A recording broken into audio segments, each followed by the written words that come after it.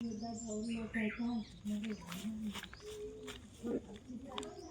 तो आएगा, 9 तो आएगा।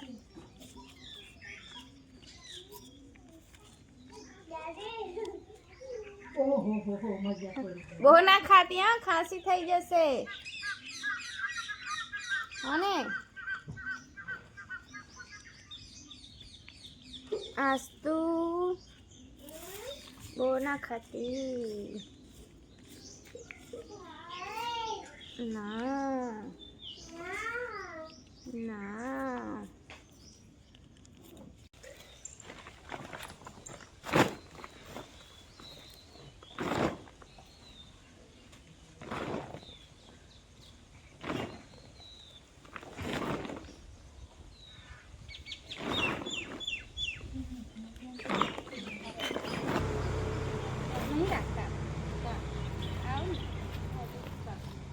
દાળ બનાવી કાલે ને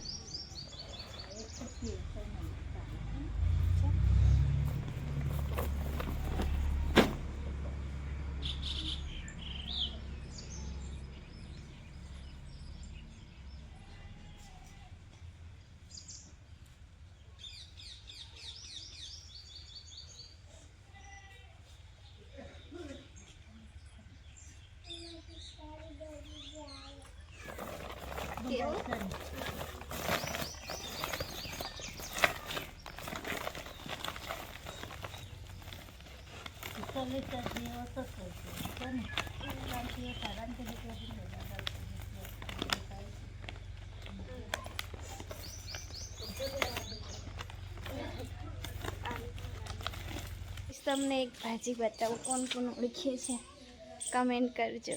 તો આસાની ભાજી છે। આ ભાજીનો ટેસ્ટ મસ્ત લાગે, પણ ખબર નહીં અમને ભાવતું નહીં। મમ્મી પપ્પા ખાય છે પણ અમે ખાતા નહીં ને એટલે બનતી જ નહીં। તો ચાલો શાકભાજી ભરી દીધી, હવે માર્કેટમાં પપ્પા આપવા જશે। હવે આજે મારે બનાવવાની છે મારું ફેવરેટ સરગવાની સિંગ।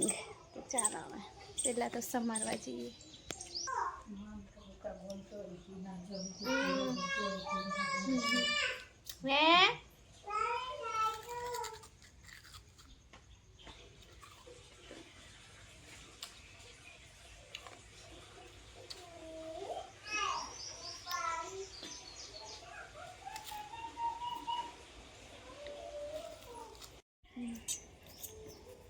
હેલો ફ્રેન્ડ્સ, ગુડ મોર્નિંગ, જય માતાજી। સ્વાગત છે મારા આજના નવા વ્લોગમાં। તો વ્લોગની શરૂઆત થાય છે સવારના 9 વાગ્યાથી એન્ડ અત્યારે હું લસણ છોલું છું। તો મારે મસાલાની તૈયારી કરવાની છે। આજે હું સરગવાની સિંગ બનાવું છું એટલા માટે। તો મમ્મી શાકભાજી લાવ્યા, તે ભરીને પપ્પા જોડે માર્કેટ મોકલાવી દીધી એન્ડ સરગવાની સિંગ પણ સમારી લીધી છે। તો હવે અત્યારે આ કામ કરું છું મેં। ગઈકાલે છે ને આખો દિવસ લાઇટ નહોતી, રાત્રે 9 વાગે લાઇટ આવી હતી। જેમ તેમ કરીને મેં છે ને સાંજ સુધી ચાર્જ ચલાવ્યું હતું। મોબાઈલની બેટરીમાં એકદમ જ લો થઈ ગઈ હતી। છેલ્લે 9 વાગતા છે ને મારો મોબાઈલ સ્વિચ ઓફ થઈ ગયો।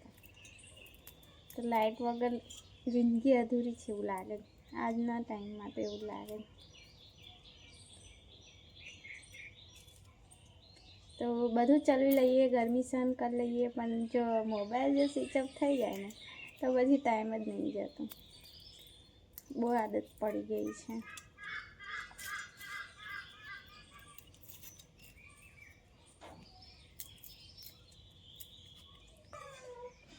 તો અત્યારે હું શાક વઘારવા બેઠી છું અને નવા ચૂલા પર આજે હું પહેલી વાર બનાવું છું।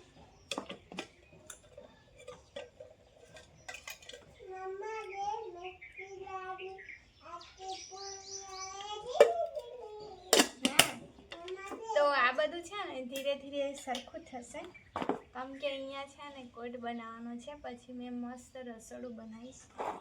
રસોડું ઘરમાં પણ છે, પણ આ તો બહાર બનાવવાનું ચૂલા પર હોય ને તો જલ્દી બની જાય ને। આજકાલ ગેસ પણ એટલો મોંઘો થઈ ગયો છે ને પણ આ બધું હટાઈ દેવાનું છે અને પછી સરસ કરી દેવાનું છે, પણ ધીમે ધીમે થશે બધું.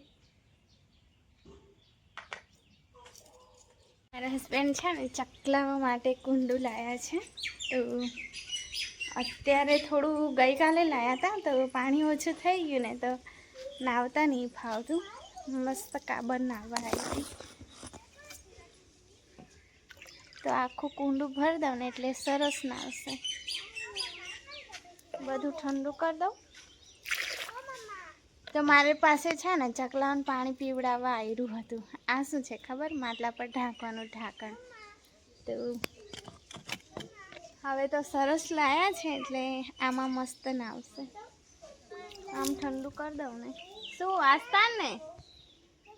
આસ્તા ને સાબુ આખો પીગળાવી દીધો. તો મારી આસ્તા એવું જ કરે, કશું જ નહીં રાખતી. પછી ગુસ્સો તો કરવો જ પડે ને. કશું ના કહું તો પછી એને આદત પડી જાય કે હું કંઈ ખોટું કામ કરતી નથી એવું થાય.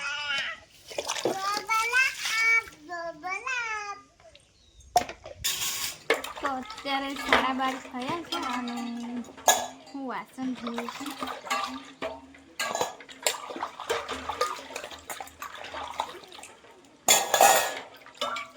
તો આજે મારે છે ને કબડ સરખો કરવાનો છે. મારી છોકરીઓની આગળ છે ને કપડાં ખાલી 2 દિવસ સરખા રહે છે, ત્રીજા દિવસે પાછા હતા. વાસણ મારા ધોઈ ગયા. હવે કેરી ખાવા જઈને મમ્મી હમણાં જ આવે ખેતરથી. તો મારા દિયર આપી ગયા છે કેરી.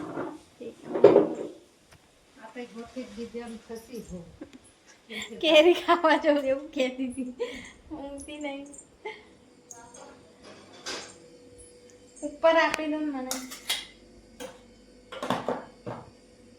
તો તમને મારો કપડ બતાવીશ, એટલે કે મારી છોકરીની દીક્ષાનો કપડ છે. આખો એ થઈ ગયો છે. જો તમને બતાવું તો જાતે કપડાં પહેરે ને એટલે આવું જ કરી દે. તમારી બારી બંધ થઈ ગઈ તો બધાના ઘરમાં છે ને આવું થતું છે, પણ અમુક લોકો બતાવતા નહીં.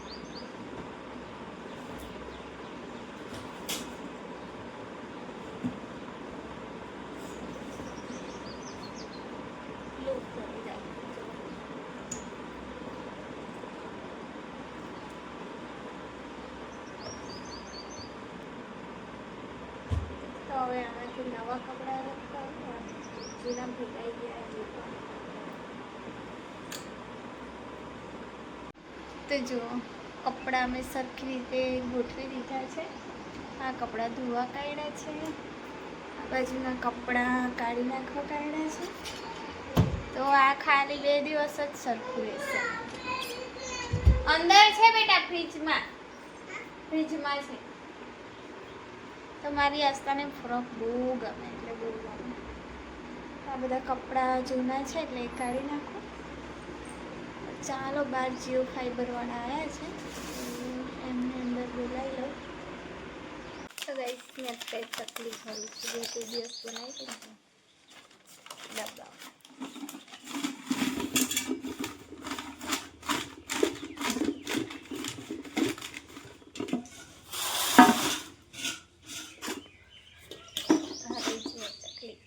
આટલી બની છે.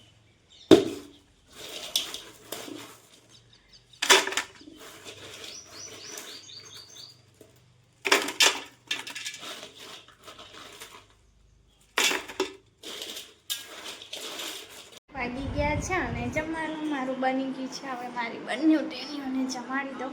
તેમ બેસી જાઓ. હા, રોટલી શાક છે, સરગવાની સિંગ અને બટાકા છે.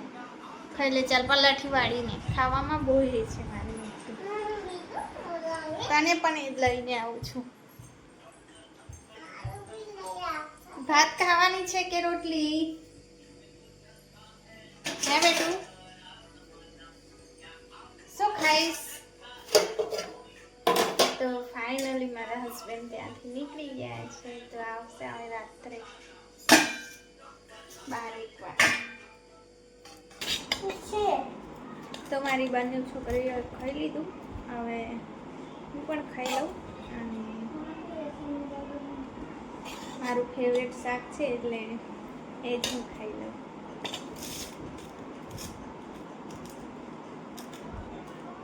તો છે ને કેટલા દિવસથી મારો બેડરૂમ છે ને આમ ત્યાં બધું વેખેરાઈ ગયો છે.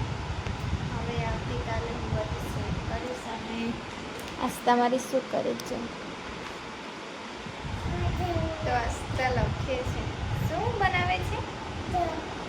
ઘર બનાવે છે. સારું, તો મીતુ તો મારી સૂઈ ગઈ છે.